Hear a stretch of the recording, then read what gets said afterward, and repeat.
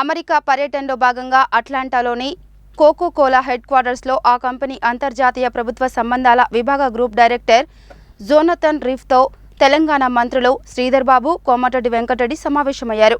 తెలంగాణలో పెట్టుబడులు పెట్టాల్సిందిగా కోకో కోలా మేనేజ్మెంట్ను ఆహ్వానించారు.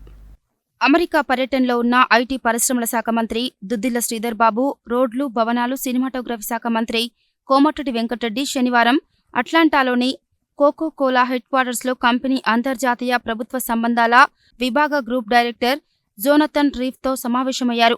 ఇరువురు నేతలు తెలంగాణలో పెట్టుబడులు పెట్టాల్సిందిగా కోకో కోలా మేనేజ్మెంట్ను ఆహ్వానించారు.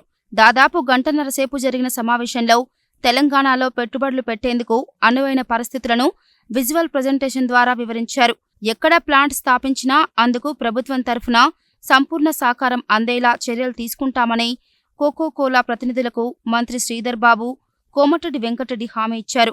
భారతదేశంలో పెట్టుబడులకు తెలంగాణ స్వర్గధామంగా మారిందని, గత 2 దశాబ్దాలుగా హైదరాబాద్లో అంతర్జాతీయ కంపెనీల పెట్టుబడులు గణనీయంగా పెరిగాయని మంత్రుల బృందం జోనథన్కు వివరించారు.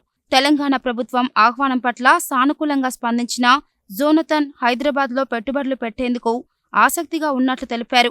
మంత్రులతో పాటు ఐటీ, పరిశ్రమల శాఖ ప్రిన్సిపల్ సెక్రటరీ జయేష్ రంజన్, పెట్టుబడుల శాఖ స్పెషల్ సెక్రటరీ డాక్టర్ విష్ణువర్ధన్ రెడ్డితో పాటు ఇతర బృందం పాల్గొన్నారు.